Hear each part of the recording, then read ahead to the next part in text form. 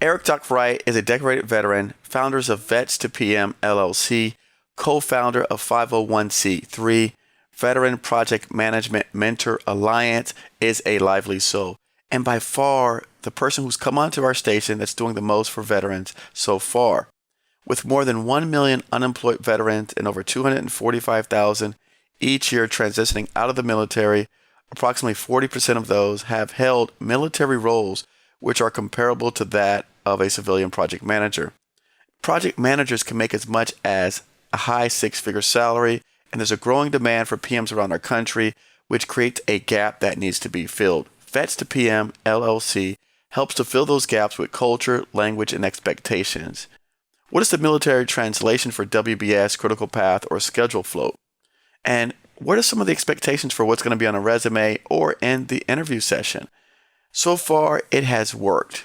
And Eric Doc Wright and his organization has helped thousands of military veterans achieve meaningful, lucrative post-service careers by successfully transitioning them between the two most disparate organizations around the U.S. military and corporate America. In fact, Vets to PM in 2019 was awarded by the Department of Labor the Gold Award for its veteran hiring initiatives. Companies are now coming to Eric to seek out qualified, capable veterans for filling job roles.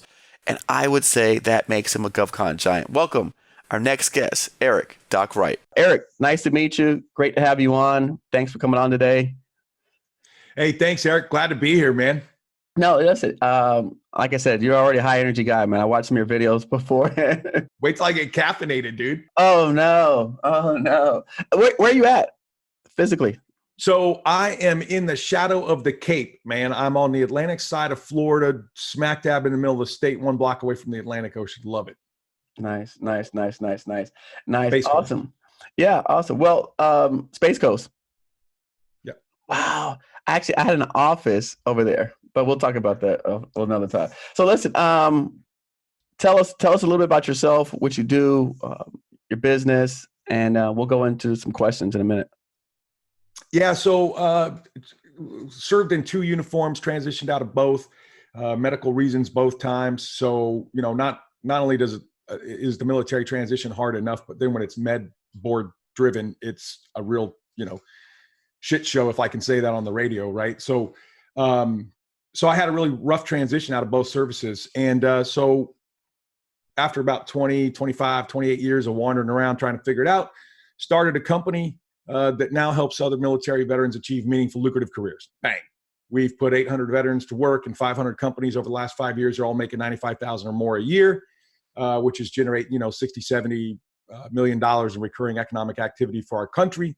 And oh, by the way, corporate America cares because it helps them solve their talent management crisis, right? So I'm kind of like solving 2 missions with 1 company. And then, as if that wasn't enough, like I didn't have enough to do, I co-founded a nonprofit that takes the veterans after they get the civilian career and mentors them, right, for the rest of their career. So we use industry-based PMs. They mentor the PMs on the job. The veteran PMs help them develop that context. We just achieved our 501c3 status, 6 weeks ago, and we just got a $10,000 sponsorship. We're having our first annual golf outing. We've already raised $20,000 there. I mean, just hired a great board, and they're all fire breathers, man. And they are, just getting it done. It's just absolutely amazing to watch.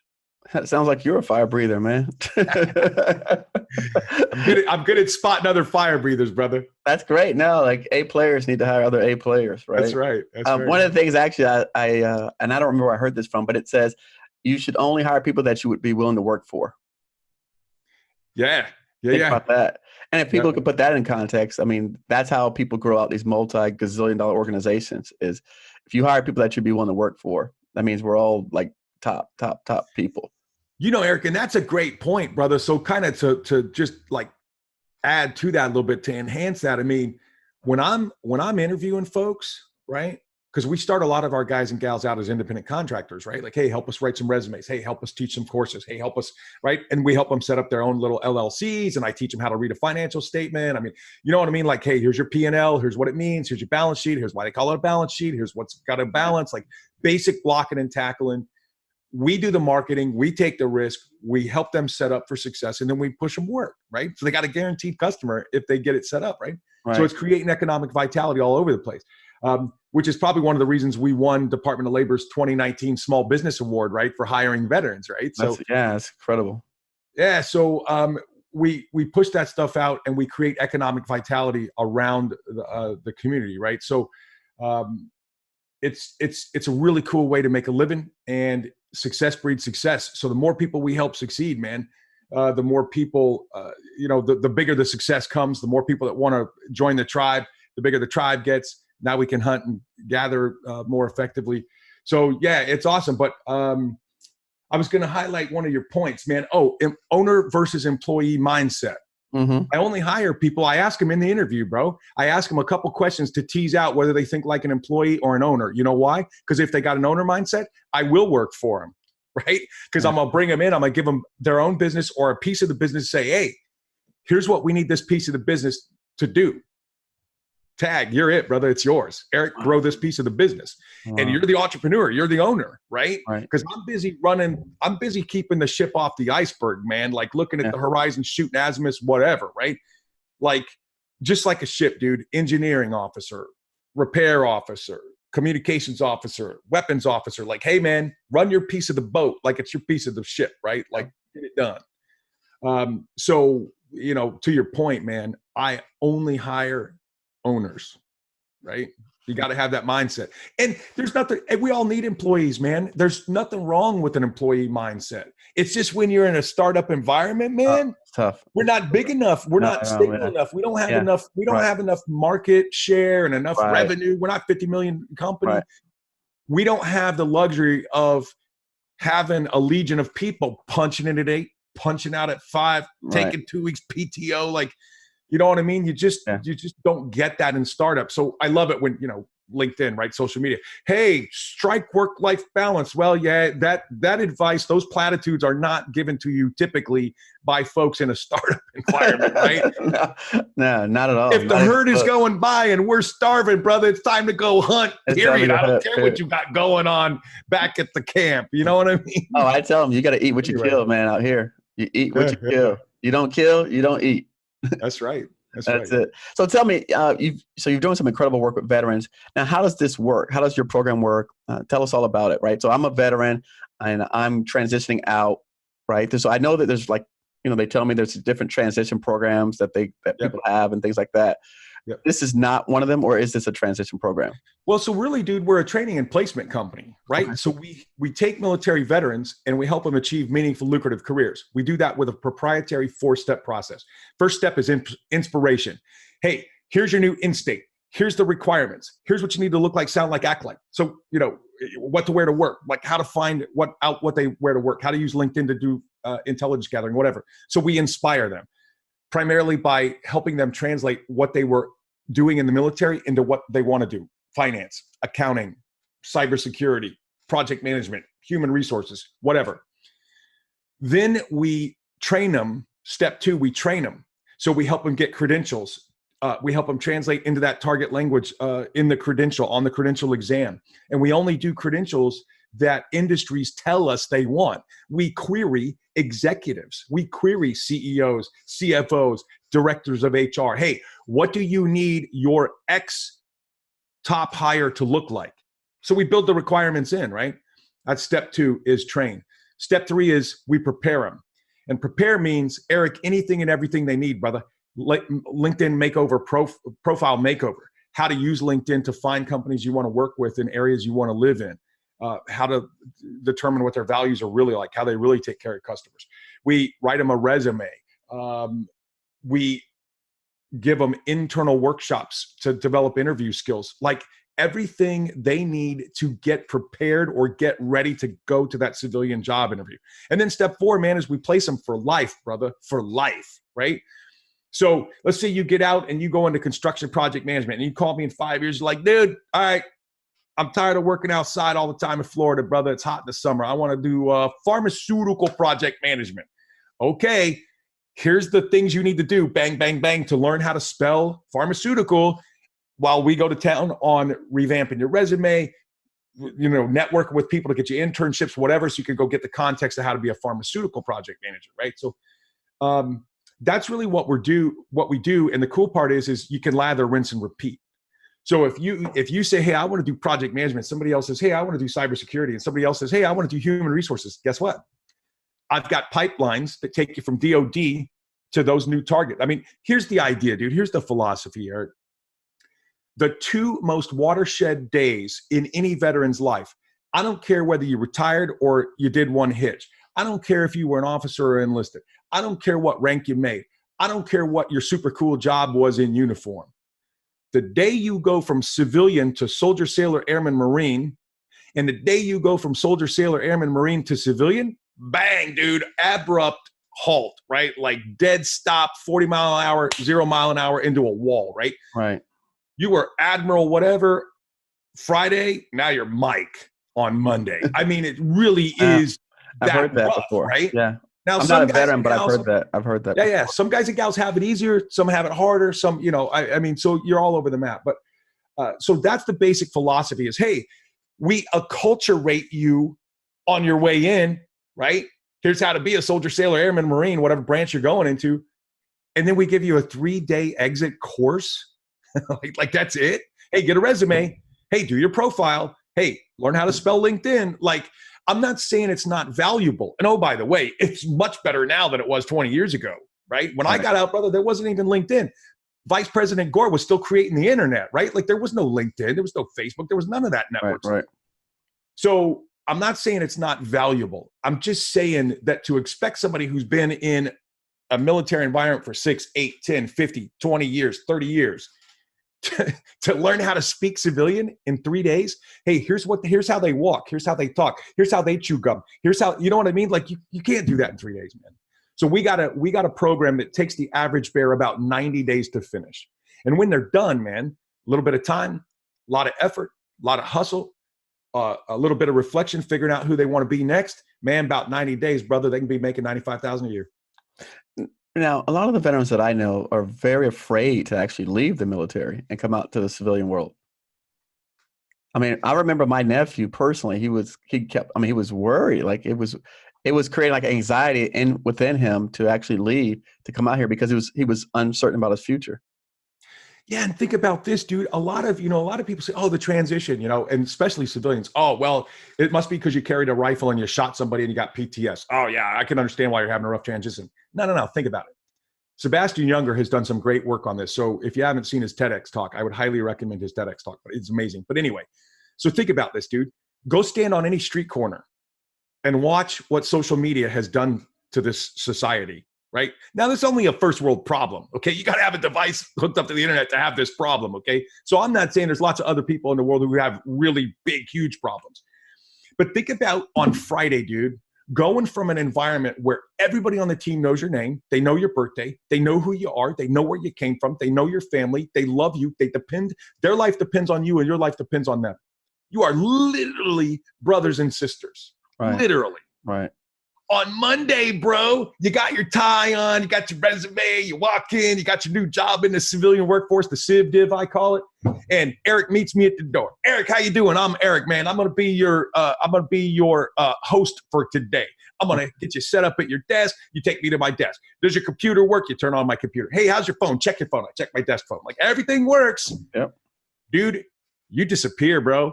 I don't know where the bathroom is. I don't know where to get a hamburger so I can be back in 30 minutes for lunch. Like, I don't know who the CEO is. I don't know where to get an org chart. I don't even know what department I'm sitting in, brother. Like, right. You disappear. Yeah, I'm gone. And then when I go to the cafeteria or I go down the street to get a burger, everybody's doing this, man. Everybody's in a device, having lunch, 30 minutes lunch. I'm completely disconnected, dude. And you know what isolation does to people? We're social critters, bro. After about 2-3 weeks of that, you're just kind of wandering around. You're like, what in the hell am I doing this for? Why am I getting up every morning? Now the insidious parts of the transition start. Like, what am I doing? What's my sense of purpose? What's my sense of mission? How do I derive any meaning out of this? I'm literally just showing up and punching a time card. I mean, we don't do that anymore, but like we do it on our computer, we log in or whatever. I mean, so that's really exacerbates the transition. So now not only do I have trouble, how do I dress? How do I talk? Oh, one of the famous things we say in TAP, hey, quit speaking military. Okay, well, what do I speak instead? Just quit speaking military. Thanks for the help, right? Great. Awesome platitude. I'll hang that on my wall. Don't speak military. We don't tell you what to speak. Hey, you're going to be an accountant. You're in the accounts receivable department. Here's how accountants talk. Here's how human resource professionals talk. I'm not saying it's easy. It takes work for the veteran to learn the language. Right. But dude, there's SOPs, there's manuals on how to be an accountant. There's manuals on how to be a human resource professional. Yeah. You just got to go find that stuff and learn that stuff. So that really exacerbates that whole transition. Is I not only have to learn everything the civilian knows, but I also have to recreate now my own sense of purpose, my own sense of meaning, my own sense of mission, my own my own identity, because nobody around me cares, right? They're all judged on individual performance. Nobody cares about me or how I do or what I do. All right. No. Now let's get into the actual high level. What is the problem, right? So we identified, right, that what you do, but now what is the problem and where do you think that you guys can help fill some of the gaps out there? So one of the biggest struggles is finding that new sense of mission, that new sense of purpose, that new sense of identity, and translating what you're capable of doing 6, 8 years, 10 years, 12 years, 20 years in uniform, translating what you're capable of doing into the language that a civilian can understand. Okay, so just like the Navy and the Air Force and the Marine Corps and the Army and the civilian workforce has a doctrine. The doctrine is basically the 4 functions of management, right? To run a company, you have to make plans and target metrics so you know whether the plan was a success. You have to organize the resources to resource the plan. You have to execute the plan, lead the people in the execution of the plan, and then you have to control performance and plan. Are we getting the performance that we need to accomplish the objective set forth in the plan? And then we lather, rinse, and repeat until we set up a new company, take more market share, increase our stock price this quarter, like whatever the objective was, right? That's how a business works, regardless of its size, its industry, its sector, its whatever. So when military guys and gals get out and talk about lead, all the employer heard was, hey, cool, so you know how to do one of the 4 functions of management, but you don't talk about the other one, so you must not be qualified. So just right there, understanding that you have to talk about your experience in all 4 functions of management can oftentimes help an E6 and O2 and O5 change the way they talk about what they're capable of doing and bringing to the table. And they'll win the interview right there, dude, just by changing that one, or filling that one piece of gap in their head. So really, Eric, that's what we do, brother. We just give them a transition plan. Here's what you need to look like, sound like, and act like in this profession. Here's your development plan to get there. It's 90 days of your tail. Right. Now, I understand that you've built some tools to help do this. Yeah, man. So we've got spreadsheets. You type in your experience. It spits out what you look like as a civilian. So it literally translates into the target language for you. We give you an interview skills workshop. So when we say, hey, do your LinkedIn profile, well, what does that mean? Right, hey, here's the 9 things that means. Go fix your URL. Go put up a professional picture. Write your summary, but do it in the first person, not third person. It sounds like Jimmy on Seinfeld. Hey, Dr. Eric Wright did this and he did that and he did the other thing. Dude, we all know you wrote it. Right. You sound like Jimmy on Seinfeld. Hey, Jimmy made a good pass. Jimmy made a good shot. Wasn't Jimmy great? Like, you know what I mean? No, that's really important stuff that you're mentioning. Actually, that's really important stuff because no one teaches that you how to do these things anywhere. And you've heard it all before, dude.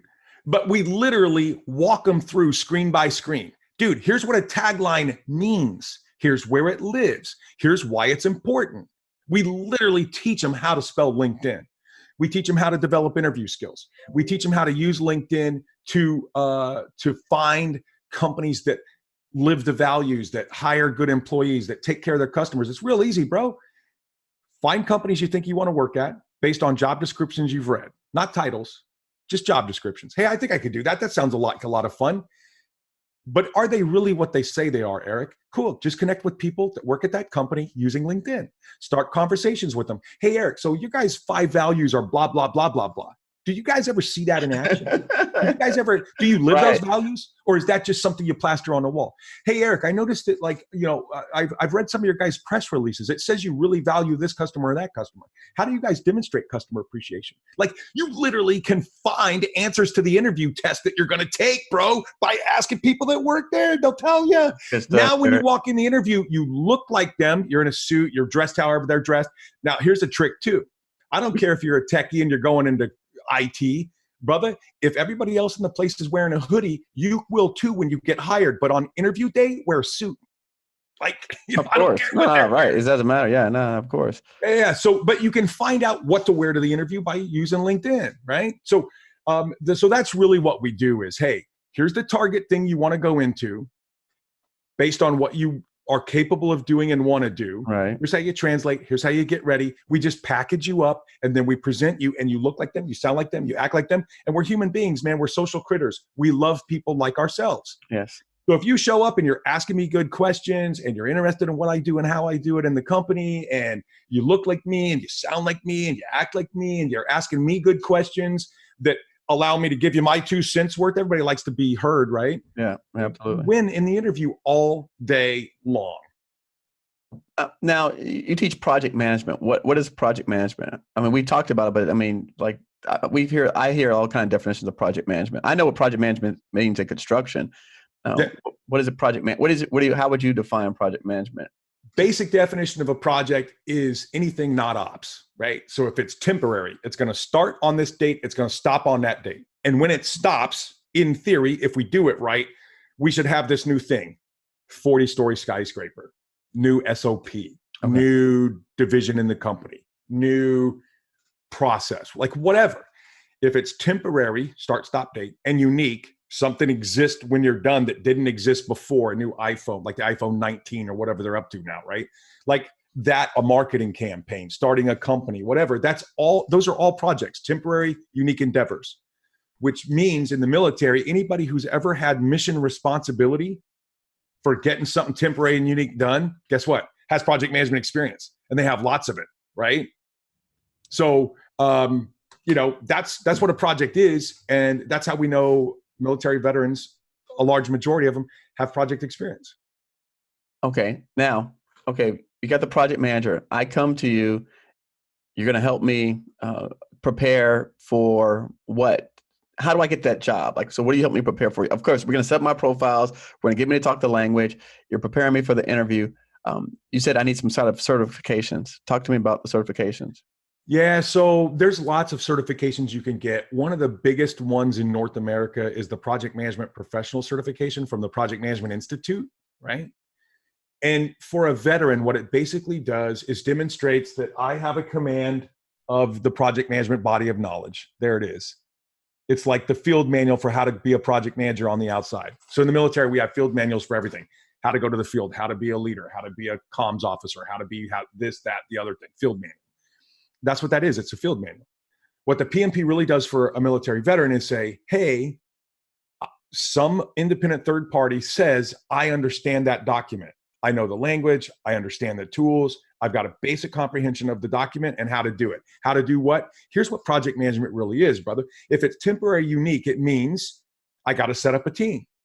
It means I got to define what it is we're doing and get stakeholder agreement so that when I go do that stuff, they're going to sign off on it and write me a check, right?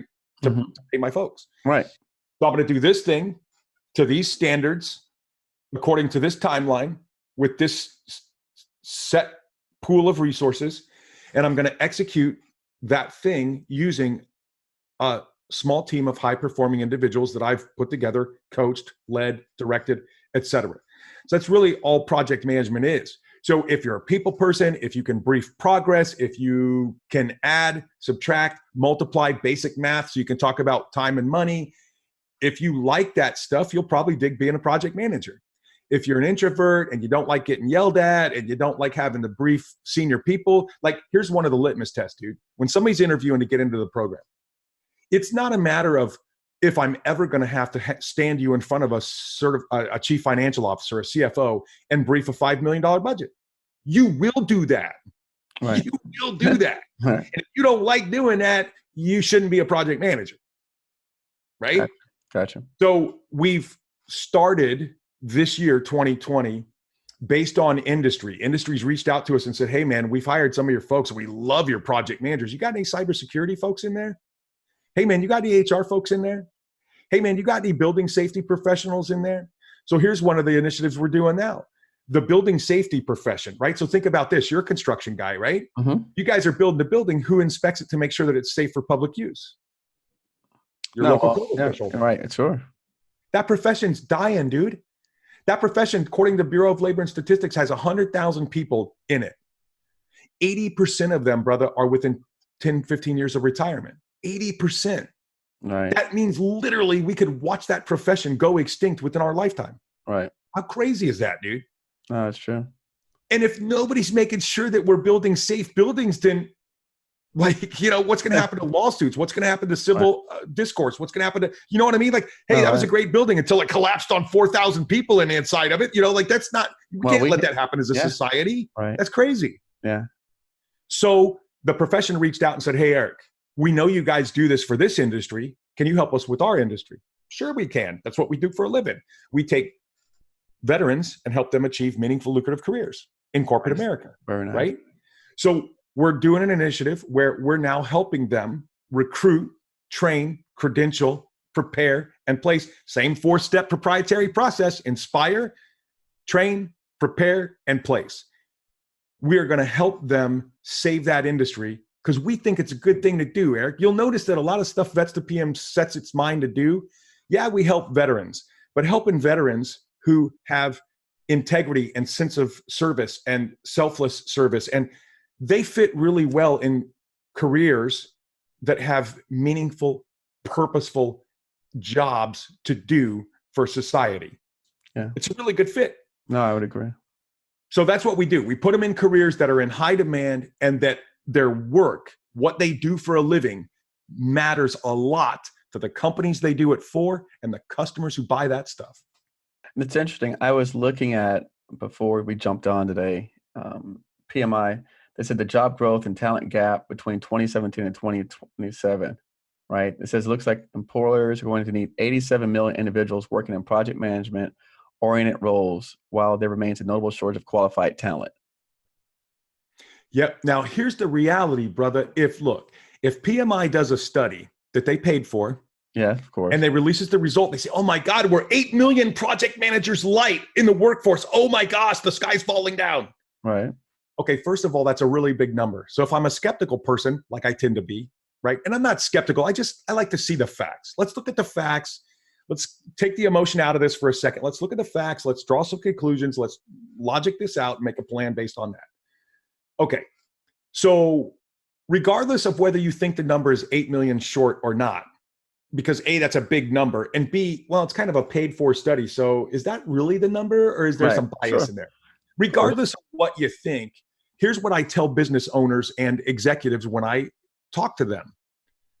I know that you have the illness of a project management talent shortage right now. You're already sick. You just don't know it, right? Kind of timely too with COVID going around the globe right now. You're sick. You don't even know it, right? Yeah. How do I know you're sick?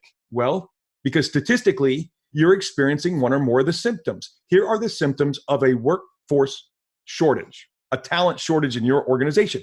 And this holds true with cybersecurity professionals, HR professionals, finance professionals, project management professionals. How do I know? Because we make them and place them. That's how I know. So here's the symptoms. And I ask them, I start every keynote, I start every workshop, I start every consultation with this battery of questions, Eric, and here it is, real simple. Hey, raise your hand, and you have to raise your hand. So if you're one of those people who don't play hand raising games, then you need to leave right now because I'm going to ask you to play. And I'm going to call you out if you don't raise your hand. Eric, we should have went live. We should have went live. We should have went live. Yeah.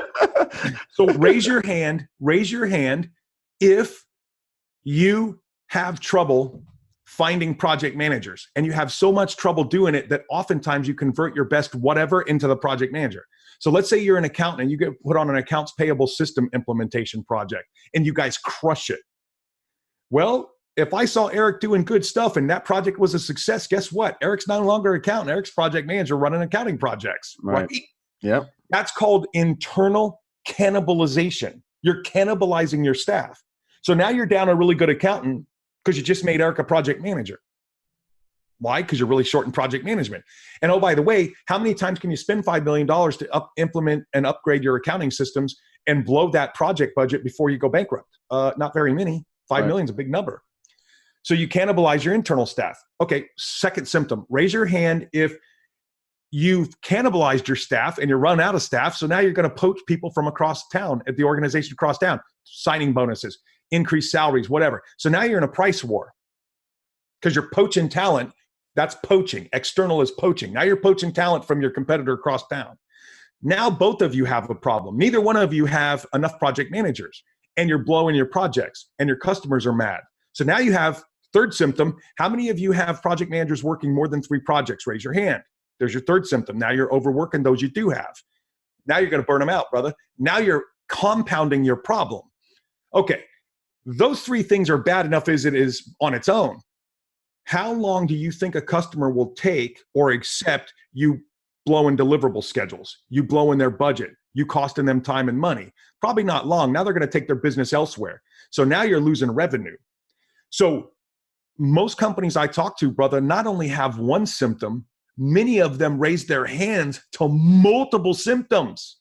It's a good thing Doc's in the house, man. I made a house call, baby. I got the antidote. I got a database full of cleared, credentialed, prepared, experienced project managers ready to go to work tomorrow.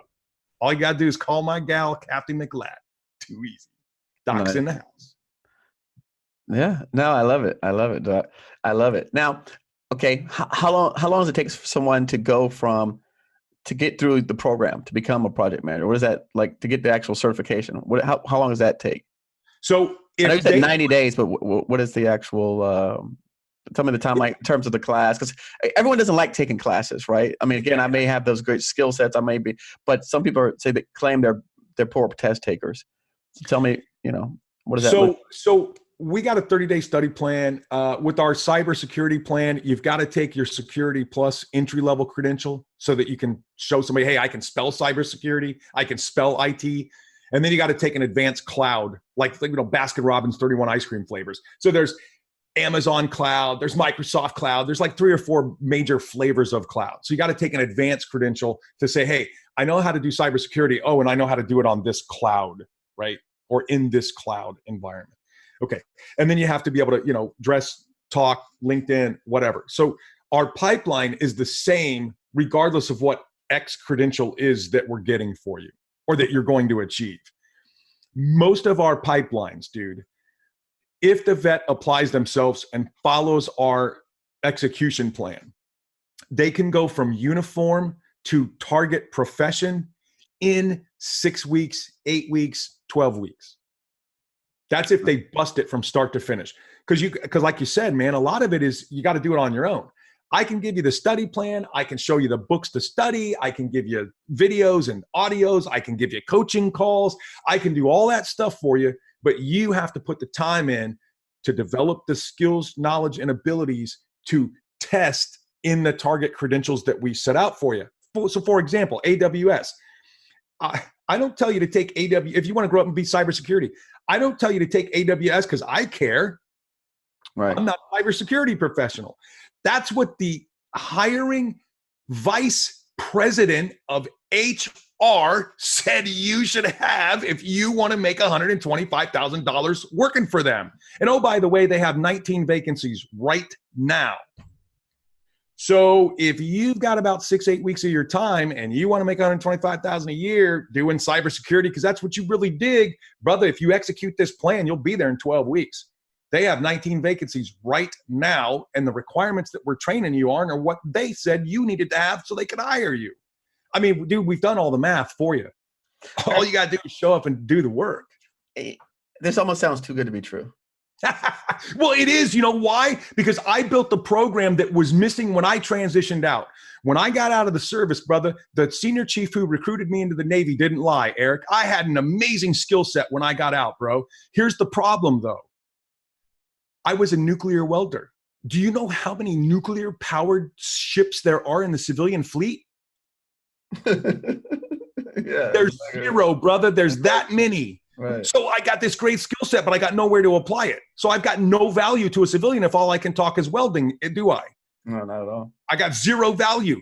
Hey, but what about all the project management I did? What about all the leadership? What about all the team building and resourcing and coaching? And man, companies need people that can put together and coach teams to high performance all the time, right? I got a great skill set. I just didn't know how to translate it. So I grew up Southern Baptist, right? So I'm gonna demonstrate that right now. So one of my favorite stories, right, is like wandering around in the job desert for 12 years in circles, bro, trying to figure it out. Rubbing my head against the wall, hoping a hole would appear, right? Like, just keep doing it, man. Just believe, dude, right? Like 12 years in the job desert, brother. Chased a bunch of certifications, chased a bunch of degrees, got 6 of those. I got 8 certifications, all national certifications. Got a wheelbarrow full of student loan debt, still making $40,000 a year, brother. And in Southern California, that doesn't go very far at all. No. Like I was never going to get married. You know what I mean? I was a loser, dude. Yeah. Who's going to marry you $40,000 a year in San Diego, right? No. So my point is I was doing everything that I thought I was supposed to do, but I was getting a bunch of platitudes. Hey, do this, do that, do this other thing, and no tactical execution help. So I put together a company, 4-step plan, tactical plan, start here, follow the yellow footprints, boot camps, we have yellow footprints, we have yellow lines, you follow these things around the base until you graduate, right? That's the analogy. Follow the footprints, stay on the line, and in 6 weeks, 8 weeks, 12 weeks, 15 weeks, you will look like a civilian, talk like a civilian, act like a civilian, and make a civilian paycheck. Now, you still got to get your head straight. You still got to get your heart straight. You still got to get your soul straight. You still got all these other facets of you transitioning. But I'll tell you what, brother, from personal experience and experience helping thousands of people do this, Eric, if you're making $95,000, brother, you got a steady paycheck. You're able to take care of your family. You look at yourself in the mirror and you feel like you're doing right every morning when you shave. Dude, I'm telling you, it gives you space to figure out all that other stuff. Right. That's what we really provide, is that peace of mind that you can translate into a professional and go to work every day and have meaning, sense, and purpose, right? And get a nice paycheck while you figure out all that other stuff, man. You know what I like is that, like you said, the fact that you helped them place a job, because you can go out and get certified anywhere, right? And get credentialed anywhere. But I mean, I'm not doing it just because I want some letters behind my name. I'm doing it because I want a job. Amen. I want a job, man. Like, that's what I want, is a job. Can you get me a job? Like, I'm not doing all this stuff for the fact, because I want to, spend more money, time, and energy trying to fill my brain up with useless knowledge. Like, I'm doing this for a purpose, for a reason. That's right. Take that piece of paper, take that credential down to your local butcher and see how many steaks he gives you in return for that piece of paper. That's right. Yeah. No, and I'm a firm believer in that, because again, I went to college. I've got a degree. I've never used my degree at all. And so I see you, Gator. Right? I mean, I love my Gators. Trust me. I'm going to leave them a lot of money when I pass. But still, at the same time, the only thing to me that it gave me was a confidence to say that I have the ability to learn and to educate myself. So that's where I got that. But other than that, it didn't, help me in the actual work world, right? Yeah, but brother, those chops help you every day, right? Like, you've got the confidence of knowing, like, hey, I can learn something new, right. I can execute, I can put it into practice, and 100, I can value greater than the investment. That's right. That's what beautiful, I got from it. No, that's what I got from it, honestly. Yep. Yeah, I went out and actually, you know what? I went out and learned Spanish on my own, because I felt confident enough that I could do that. And I feel like I can learn multiple, Chinese as well, right? Because I feel that confident in my abilities now moving forward, because of, when I look back at that engineering stuff that I did, I was an engineer. I go, what was I thinking? I mean, if you look at it looks like Chinese. Yeah. So that's why I said, you know what? If I can learn this, I can learn Chinese, man. But let me tell you, let's going back to the veterans. Now, I see a lot of veterans going to school to collect money when they leave out of there and they go get a degree. How do you feel about that? Look, man, so I've got 6 degrees, brother, and I swore I was never going to college when I left home at 17, right? So life has a way of making you eat crow sometimes. So 6 degrees later, right, I got some college in me. Right. But so look, with the way the world works today, and I don't mean like the world, like first world, second world, third world, like countries and whatever. I'm talking about the world of business, okay? I'm talking about technology. I'm talking about that stuff.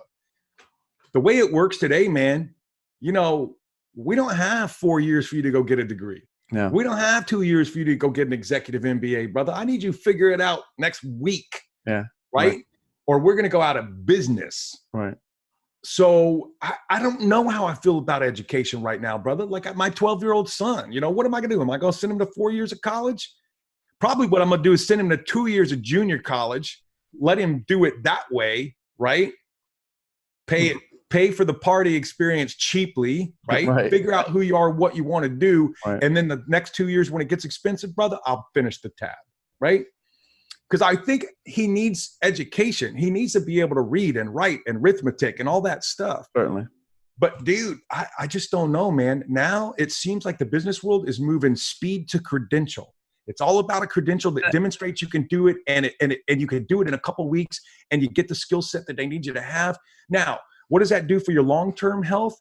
So I think you should go to college and get a 4-year degree. I think you should learn the thing that you learned. Hey, it's an investment in myself. I'm gonna learn how to think.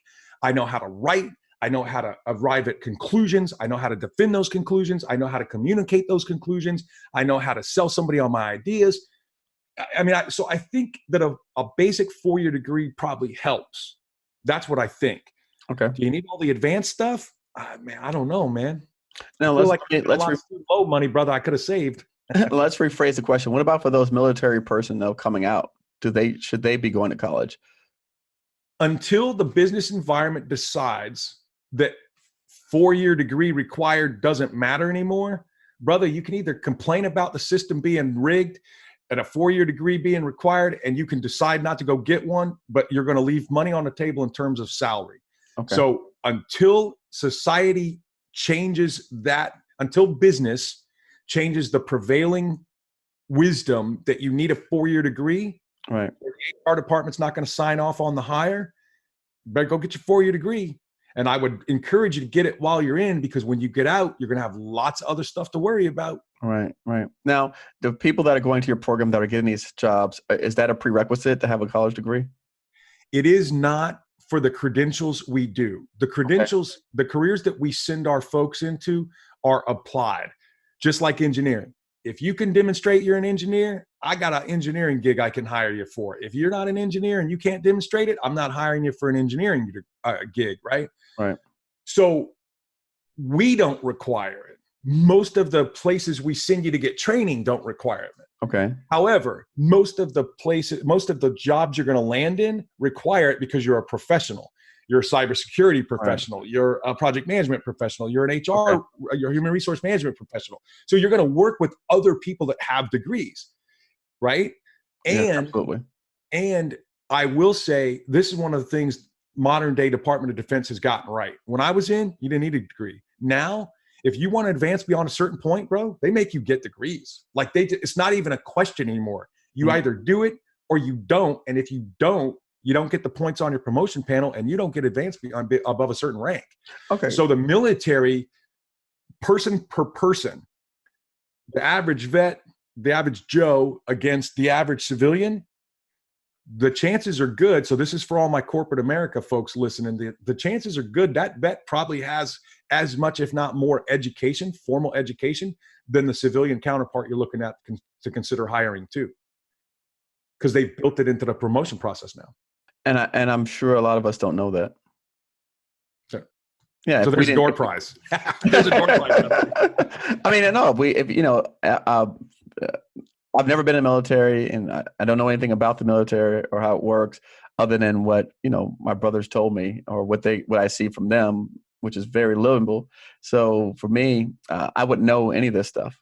Yeah. And we would. So and I would imagine a lot of other corporate people who did not participate don't know it either. Nope. Every Marine is like Clint Eastwood and Heart Rate Ridge, and you know what I mean? Every soldier's like Mel Gibson, and we were soldiers once. You know what I mean? Like we don't know. And most of what civilians think of a veteran is wrong. Not every single person in uniform carried a rifle and shot somebody. And not every person that shot somebody has PTS. It's not real. It's not reality. That's what we see in the books and see in Hollywood and see whatever. That's what sells movies. For every one person that pulls a trigger, 99 people are in support of that one trigger puller. or whatever the stat is now. That stat's Right. from like 2017. But my point is, dude, most veterans you'll run into, we had office jobs, we secured cyber networks, we ran projects, we ran, you know what I mean? Like, right. yeah. No, because we do, you know, they do paint the picture that, okay, they went to Afghanistan, but like you said, my nephew was a cook, like, you know, but so there, I mean, somebody has to cook the food, right? You know, Amen. even if you're in Afghanistan or Syria, like, there's still people cooking food and preparing. But you're right. I agree with you. The presumption is that everyone was out there fighting on the front line. You know, I can't believe you just said that, Eric. So watch, I'm going to do you didn't know you were going to get this, dude. I'll throw it in for free. I'm going to do a magic show right now, brother. I love it. Here's when people say, oh, doc, you help them translate. Are you telling me that you can have a cook be a project manager or be a business person? Yeah, I can. You know why? Because I spent 8 years in uniform. I've spent almost 30 years in business, brother. I know how executives think. I know what you need to look like, sound like, and act like so they see you as a value add. Now watch this. I've had people come to me before and say, hey, dude, I just cooked, or I just welded, or I just whatever. Mm-hmm. Okay, check this out. I'm a cook and I went to Afghanistan. What value could that possibly bring a business, right? I'm just a cook. Sure, right. Well, right. check this out. You get to Afghanistan, they forward deploy you. We've got a little bitty tent serving 500 people meals. We need to operationalize that better. We need to be able to serve 1,000 meals, and we need to be able to do it in a bit more of a permanent environment instead of a temporary environment. So one of you is going to build the building, the DFAC, the dining facility. One of you is going to write the SOP for all of the cooks to follow. One of you needs to establish the performance metrics and the talent, the skills that we need in the different roles and the different ranks within the kitchen. You see where I'm going with this? Right. If you're the cook that went over to Afghanistan and cooked for the troops, and you changed a menu, you expanded the dining hall, you found a new supplier, dude, almost everything we do in uniform has value for the organization. Thusly, your experience can have value to the civilian organization that's going to hire you. That same cook, if they translate cooking for Joes or Marines or whatever into, and they talk about that experience in the 4 functions of management, they talk in terms of civilian doctrine, I can hire you as a general manager now. If you can set up and run a DFAC overseas, you can set up and run my department. Now, if it's an accounts receivable department, you're going to have to learn how to spell accounts receivable. All right. Dude, Amazon sells books on how to be an accounts receivable person every day of the week. Right. So buy one. Right. Read it over a weekend, dude. No. Eric, you're doing some great work out there, man. This is good stuff. I really, one of the things that you mentioned offline that I'd like you to say, talk about is when someone comes out, you said that they're putting the rest of your life in someone else's hands, right? The rest of their life or their career. Can you kind of go back and just highlight that piece that you talked about prior to us turning on the recording? Yeah. So, if you've never seen it, man, I would encourage your listeners to watch Sebastian Junger's TEDx talk. So Sebastian Junger was a correspondent, but he was embedded with some of our troops in some of the hairiest stuff we've done over the last 20 years. And so he experienced all that combat firsthand, that horror and stuff. And so his hypothesis is the amount of wounded, like documented, is far less than any other war we ever had. World War II, Vietnam, blah, blah, blah, whatever. But the cases of PTS are like triple, 2, 3, 4x what it's ever been. His working hypothesis is that when us veterans transition out, man, we're not necessarily messed up. And that's not a clinical term, obviously, but we don't have transition problems because of what we saw or did in uniform. We have transition problems because of what we transition into. Think about this. I'm used on Friday. I've got my military uniform on. I know the person on my left, right, in front, and back of me. I know what they do. They know what I do. We do it so well because the next guy or gal's life may actually depend on what you do and how well you do it. So you care. You don't mail it in. right? You give 110%. All right. And you know they'll do the same for you. And when I wake up and put my uniform on, I've got my whatever my rank is or whatever. I know what my role is. I know what I do for the organization. I know how I bring value. Like I have meaning, dude. Like I'm somebody, right? You take your uniform, you get your DD 214, your final discharge paper on Friday. You take your uniform off, you put a tie on, you show up Monday at work in the civ div somewhere. Doesn't even matter where. In most places, mediocrity is the standard. People are mailing it in and around you. Nobody cares about you. We're all graded individually and given individual performance bonuses. I show up. Hey, Eric, welcome to XYZ company, man. Glad to have you. I take you to your desk. I sit you down. Eric, let's make sure your computer works. You log in with your password. Your computer works. Hey, that's great. Hey, let's make sure your desk phone works. You pick up your desk phone. You dial somebody. It works. That's great. Hey, man, that's awesome, dude. Yeah, so the copy machine's over there and the bathroom's down the hallway, brother. Hey, I'll be at my desk. Open door policy if you need anything. You walk by my office like 9 times that day. The door's always closed. 5 of the times you walk by, I'm not even in there. And I never check on you the rest of the day, dude, because I don't care. Your phone works, your computer works, you can show up and go to work. That's it, bro. And when you go down, I didn't even tell you where to get a burger. Maybe I told you where the bathroom is, maybe I didn't. And then, oh, by the way, you go down to the cafeteria or you figure out where the closest place to get a burger is so you can be back in 30 minutes, because that's all I care about is whether you're back at 30 minutes or not, because you get 30 minutes for lunch.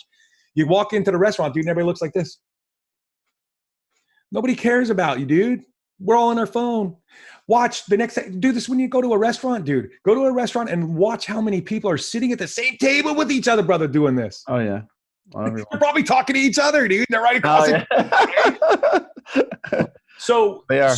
So you go from this totally immersive, connected environment, right, to an environment that's loose, it's mediocre, nobody cares, you can mail it in, there's no extra credit for exceeding the standard. Like, you talk about a transition, bro. That's 6 inches between your ears. Might as well be 6 miles, man, right? That's the keynote I give to organizations all over the United States. Hey, man, I don't know about your company, but I know about companies in general. And I also know a thing about change management, because organizational change is simply the collective result of all of the individuals in that organization transitioning from the here and now to the there and then, wherever you want them to transition to. So if you manage it from the top down and drive it through management and you don't include the people, no wonder our change projects fail at 60% rate, dude. Everybody's kind of milling around trying to get it done, and nobody's paying attention to the people that are being asked to be something totally different next Monday. I do know how to help thousands of people successfully go from the U.S. military to corporate America. You talk about 2 of the most disparate organizational cultures you'll ever find, brother. Right there, they are, man. On Friday, you're tight-knit, and what you do matters. On Monday, you're a face in the crowd, dude, and nobody cares. Talk about transition problems. You know what I mean? Yeah. That's what Sebastian Younger says the PTS is from. He's like, dude, it's not what you saw. Right. What you're transitioning into. Yeah, right. Tell us the name of your programs. So vets to PM, right? When we started out, it was vets to project manager. Now it's vets to professional managers, because we've widened the aperture. So we can cover a lot of the folks getting out now. We've got cybersecurity pipeline. We've got project management pipeline. We're going to have an HR pipeline stood up by the end of the year. We've got the building safety professional pipeline. We were talking about that earlier. And we are constantly getting reached out to by employers saying, hey, can you build us a pipeline? Can you funnel all those vets into our company too, in our profession? So, doors open, the neon sign is on, man. We're open for business, and that's really what we do, Eric. We help corporate America fill its ranks. We help them solve their talent management shortage, but we do it with veterans. Nice. Which helps me do my real mission. I care about corporate America, but my real mission is the vet. How do I help that military veteran achieve a meaningful, lucrative career in less than 12 years? Because the only reason I'm sitting here, brother, it was a dark 12 years, man, my transition. The only reason I'm here is by the grace of God, and I'm a coward. That's all I'm going to say. You know what I mean? What's the name? What's the website? Vets2pm.com. Okay. veteran-2pm.com. Okay. And you have another alliance that you created, a nonprofit, the Veteran Program Manager Alliance. Tell us that site. Yeah. The Veteran Project Manager Mentor Alliance. And you can find that one at www.thevpmma.org. Okay. IRS recognized 501c3. Nice. Okay. And at the Alliance, tell us, so there, if I go to the Alliance, what am I expecting? Yeah. So what it is, man, is it's like an American Corporate Partners or a Veterati or whatever. It's a mentor platform, right? But it's targeted. It's specific. Okay. So co-founded it with another private company. And he basically reached back and said, hey, dude, love your people. Can you do anything about mentoring them after I've hired them? So, well, how come it's my problem, dude? He said, it's not. Let's make it our problem. So we funded and built a joint program. And here's basically what it is. It's a platform. Industry project managers who know how to do project management, who are successful project managers, Boeing, Microsoft, Amazon, Air Force, Department of Defense, you name it. We got them from almost every industry. They are standing on the digital platform waiting for veteran project managers to sign up to get mentored in the career of how to be a project manager. So when you volunteer your time to mentor or get mentorship, it generates professional development units for your own credentials in your own career. It's a resume bullet for your own resume that you're giving back to the profession, and you're growing the profession and you're helping the company. And oh, by the way, executives look for that, right? If Eric wants to move up, if Eric wants to advance his career, one of the quickest ways to do that is demonstrate to your executives that you're thinking about the health of the organization and its long-term success. That's what they think about. If you think about things they think about, they like you. They promote you because you're one of them. Does that make sense? Total. Real easy way to demonstrate it, brother. And look, man, if I figure all this out, dude, I'm a welder, bro. So it's not like I'm the smartest guy in the room. Right. If I don't stand up straight, man, I use my knuckles to locomote. You know what I mean? So I'm just sharing tips and tricks that we've learned over the year, helping thousands of people transition successfully. So anyway, the VPMMA, you can mentor, you can get mentored, you can grow the profession, you can give back to the profession. It's a tangible way to say thank you to a vet, right? Help them in their new career. That helps them be successful. You're saying thank you for the service they dedicated to our nation, right?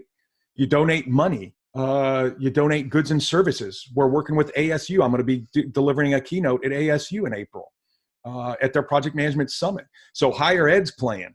Corporate America's playing. I mean, you know, so anybody listening in corporate America, if you want to say thank you to a veteran in a meaningful, tangible way, go to thevpmma.org, make a donation, donate your time, whatever you want to do. If you're a vet listening and you want some project management mentorship, go sign up, man. Get free mentorship. Parting words. Learn to translate, man. When you get out, nobody in the civ div cares, right? Whatever you did on Friday in uniform, on Monday, nobody cares.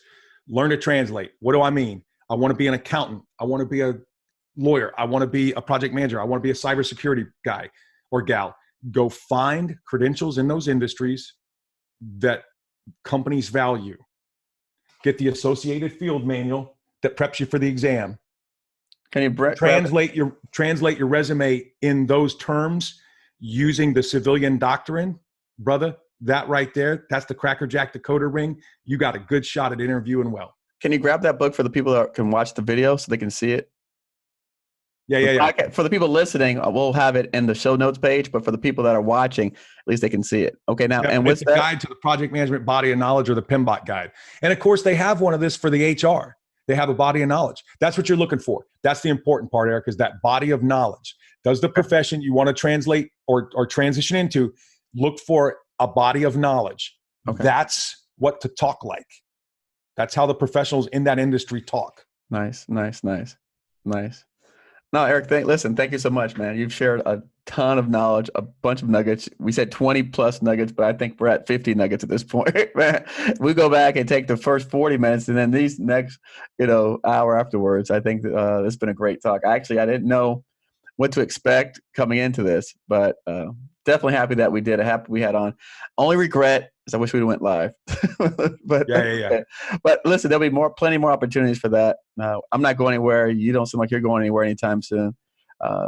And so, yep. And we're both in Florida, man. So we'll get together. I mean, I'm going to Tampa this in 2 days, right? So I'm down south a lot, man. So and the Cape, man. Like I said, I used to have an office up there. So for me, I had an office up there at the Cape when I was doing my metal buildings. We had an office up there. We did a lot of work out there. You know what would be great, Eric? I just thought about it, dude. Vets to PM just secured a headquarters building, and I'm building out a YouTube studio in it, bro. Because a lot of our business is generated through video. Well, you're a video guy. You're a podcaster guy. It would be awesome for you to come. We should shoot a show from the Vets to PM studios, brother. Now you're talking. We can do that. Dude. Let's do that. Yeah, man. Yeah. It's a business trip now, dude. Let's shoot. Let's shoot that. Now that's good. Hey, GovCon Giants. Thanks for tuning in and listening to that episode today. Eric Doc Wright, PhD, is also a contributing author of the Amazon #1 bestsellers book, Game Changers, and he's a keynote speaker of People Up, the 7 Principles of Navigating Organizational Culture Change Successfully Without Sinking the Ship. You can find him on Twitter, Facebook, and LinkedIn with the handle DocWright2012 or at vets2pm.com. For more information on this episode, all the show notes, everything we talked about, and more, visit our website over at govcongiants.com/podcast.